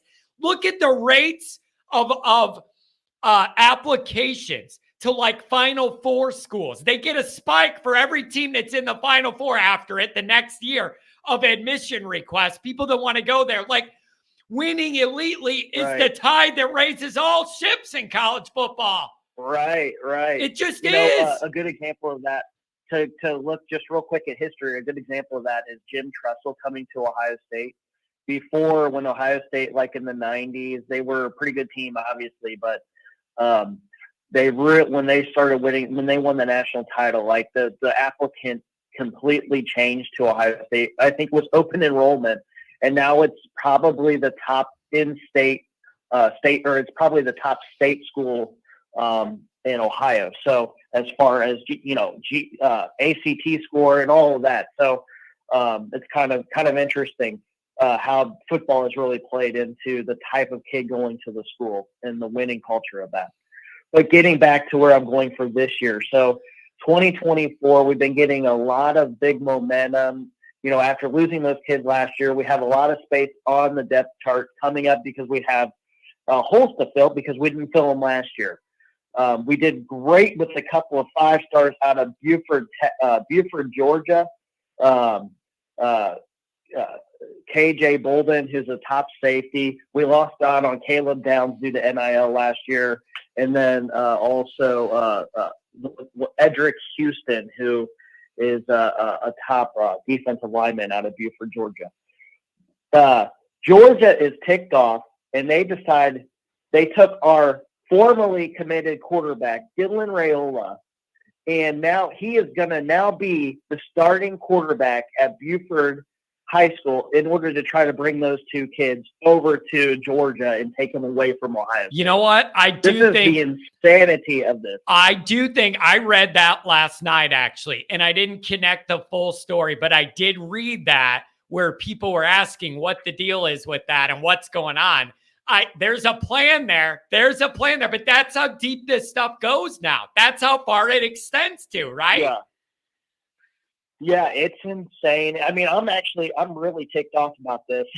Just thinking about it, like it just seems completely dirty that a kid that was living across the country in Arizona, always been kind of West Coast, Texas to West Coast kid. Now this is his 4th high school in 4 years, Dylan Raiola, and his parents are sending him to Buford, Georgia, in order to get 2 recruits there. I mean. So that just to me just seems so pathetic. But regardless, it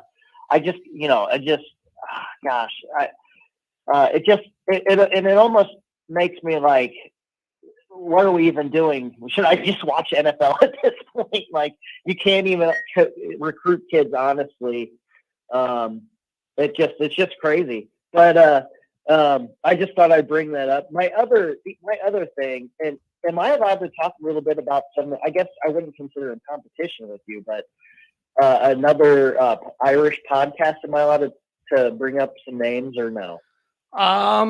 It depends who it is, because there's certain ones that don't like me and I don't like them, and I don't want to get in the middle of it. We just do our own thing. So I don't usually mention them, just because no matter what I say, it gets twisted the wrong way and everybody wants to fight me over it. So if you want to be very vague, do that.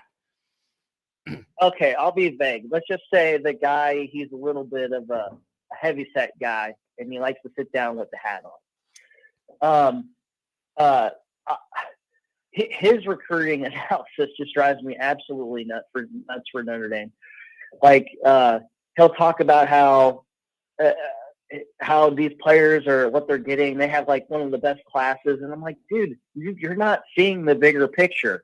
Like, if Ohio State gets is crystal ball for a guy they're like, well, we didn't really want him anyways. And I'm like, are you kidding me? You don't want a top 70 player that's 6'5", 230 pounds, like Marquise Lightfoot? You really don't want him on the team? Like, that cannot be possible. But I just have to say, your podcast is way better than theirs, and I think you're way more honest in your analysis. So I just want to thank you for that. Oh, no problem, man. I just, and you know what, though, with that I've learned with the different Notre Dame shows in this space, people kind of have like their little area that they're comfortable and more experts in. And like, I never claimed to be the X's and O's guy breaking down all the film. And one guy went the wrong, like, people can have that lane. And like, I don't have the patience to cover recruiting every day the way these guys change their minds and what I don't have the patience for that. Like, so I found my little niche here, and it's how does this make you think and feel, and just wanting to be a soundboard to talk to people. And that's my little lane, and it's working pretty good, and I have fun with it. And I think you guys do too. So that's my little lane, man. I'm staying in it. Yeah, I think your lane is perfect for you. And yeah, you don't get too into the weeds. Those guys talk hours and hours. I'm like, how do you even live life? Listen, listen, man. Recruiting stuff moves the needle. That's why people do it a lot. In the summer, especially, recruiting stuff moves the needle. I just do not have the patience to invest hours into these guys that are just going to change their mind for a bigger dollar amount the next day. I do not have it in me to put that effort into that part anymore, because it never works out for Notre Dame. I'm going to save my breath. Yeah, and one last comment. There was a caller 2 callers ago. I think he's 513, so that put him in Cincinnati, I believe. Yep, you're right. And he made the comment that Columbus is nothing or this or that. I would say this: if Notre Dame was in Columbus, it would help them dramatically. Columbus is. I think a lot of kids, they think that Ohio's kind of like a bunch of cornfields, and then they're always amazed when they get to Columbus because it is, I think, technically bigger than Cincinnati. So it's a really big city for the Midwest. I mean, it's not as big as Chicago, but it's I think a top 30 TV market. I think it's population wise, it's top 15 for Metro or whatever. So it's a decent sized city. And if Ohio State was in, let's say, Champaign, Illinois, they would not be Ohio State. It is a reason why we do get some kids over other kids. Just to throw that out there. Yeah, and you know what's interesting about South Bend? They are modernizing a lot of the immediate surrounding area and renovating it and everything. But South Bend is just like, there's the Notre Dame-iness, and then there's old South Bend, and they're like kind of blended together, but separate at the same time. And it's just kind of always it's just in a weird spot. And apparently the story is the priest who started the place wanted to keep heading west, and they ran into a snowstorm and they had to stop, and they stopped by the lake, and that's where the school is. So I don't think that was a choice. They were heading west and couldn't make it any further. So they said, to hell with it. This is it. They were trying to make it to California, I believe. Yeah, I think so. They were trying to become USC of the Catholics, I guess. The University of the Southern Catholics. I don't know. Oh, man, but I don't know, man. Hey, thanks a lot for the call today. I appreciate it. It's good catching up with you, man. Yep, have a great day. Have a good one. Oh, man. All right. Here's the deal. What the hell's going on with the call-in line? I had a couple people waiting, and then they dropped off at the same time, which is rare. People said they couldn't get through, but then I saw Pat call and test it a couple times, and I didn't lose the connection with the guy I was talking to, so I don't know what the hell is going on. Pat, are you telling me it was working? I don't know what's going on, but usually if there's a problem with the line, it affects the guy I'm talking to too. So I don't know. But I saw Pat test it, and he was in there, so I don't know what's going on. I don't know what's going on. Let's see. Adam, do I got you? You got me, man. Looks like the line's working good. I don't know what happened, but when I see people drop off all at the same time, something weird happened. I don't know, man. I know you've been listening to this. You and I have been talking. What do you make of all this? I want to ask you about the recruiting part. Do you think we're overreacting, or are you getting nervous about where this is all headed? I think with the team recruiting, I think we're overreacting a little bit. I would say Freeman's still recruiting at, they say 70% blue chip rate when Brian Kelly was at 50% blue chip rate. So he's still recruiting better, even if we have a few more 3-stars that we would like to see. Yeah. It's just, I don't know, man. I think everybody got wigged out after last year. It was a big realization and a slap to the face what happened with the top of that class. And I'm just afraid that that's in people's minds now. And everybody's just waiting for something bad to happen. Or there's anxiety there with it. I think everyone, last year was bad. It was like, oh my goodness, I don't even want to pay attention to recruiting anymore. But I think we just need to be calm, and we need to keep people like CJ Carr and Cam Williams locked in. When you start getting borderline 5-star studs like those two, people want to play with those kind of guys. And if you can get a couple of them every year, especially the quarterback, people want to play with the quarterback. I think it'll look a lot better, and I think it'll all be fine. I mean, even Sam Hartman being on our team, we haven't had a quarterback at Sam Hartman's level probably since Brady Quinn. So think about how sad that is. Yeah, it's been a long time that we've had a guy this capable, and I'm really, really hoping this opens up a lot for Notre Dame this year. We are not used to having to make a defense defend the run and the pass, guard the whole field. Like, we're not used to that. I hope this looks really different. I really do. Yeah, other things with the recruiting is I was, paying attention a little bit because I see it on social media with this Elite 11 camp with CJ Carr, and how I saw a lot, most of the weekend, it seemed like he was in like the top 3, maybe 5 at worst. Yeah. And then I saw one of the services was dropping them down to like the bottom of the group. I saw that. It's like, when is this going to stop with the Notre Dame guys? I think that's the sad part. We got some 3-stars that maybe could get bumped up to 4-stars if they have a good senior year, but they're never going to do it because these recruiting services just do not respect our guys that are committed at all. They just don't. Yeah, it was weird though. But it was weird to me to see most of those guys have Carr rated at the top end of that. And then I see that 1-on-3 article. The guy was like, if he doesn't clean stuff up his senior year, we're going to have to drop him even more. Like, we have these concerns and all that. And I'm over here going, no matter where you rank him at this camp, it's better than any arm we've had lately. Like, geez, I don't know where the reality is, but it's always our guys. Cam Williams.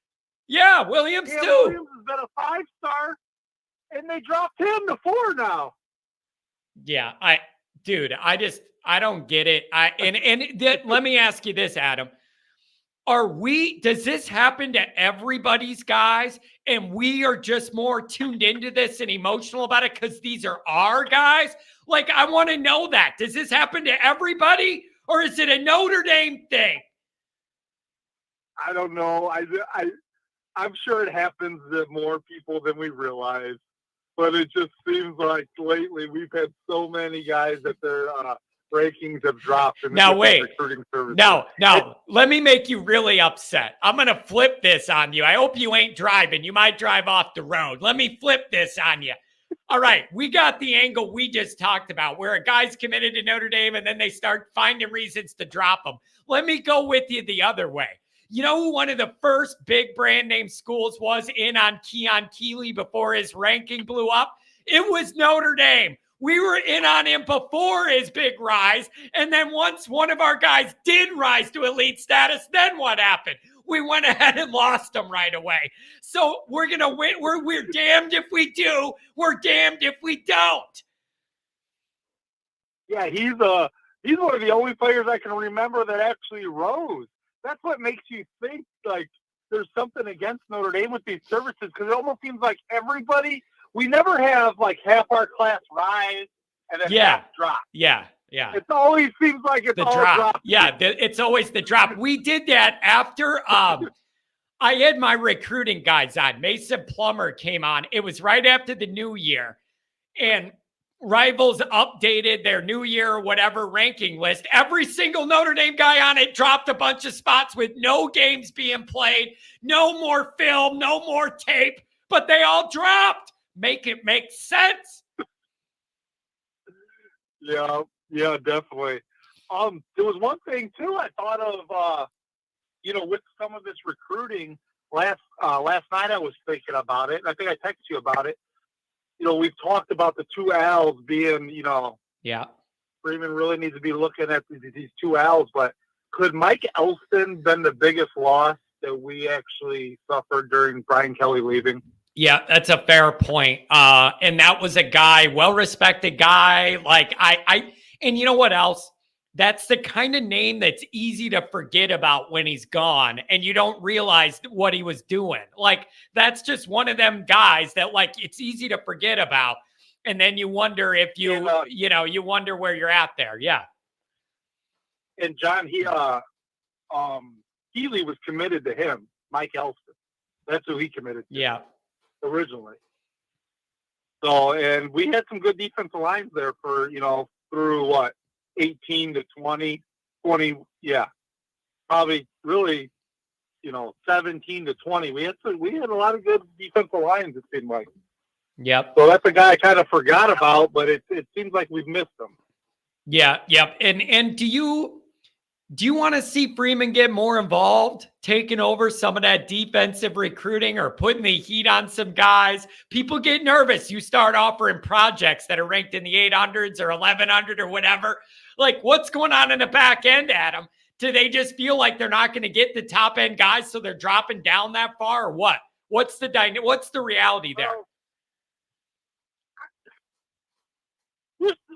Still right now, if we can hang on to this class, there's a chance this class could be very, very good. Yeah, Even you're right. With some 3-star projects. You're right. I'm going to give Marcus the benefit of the doubt. I'm going to give him the benefit of the doubt till he gives me a reason not to. Yeah. And you know what? Morrison's a really good example of that, of them like identifying something they liked and seeing a vision, and then it comes to fruition right away.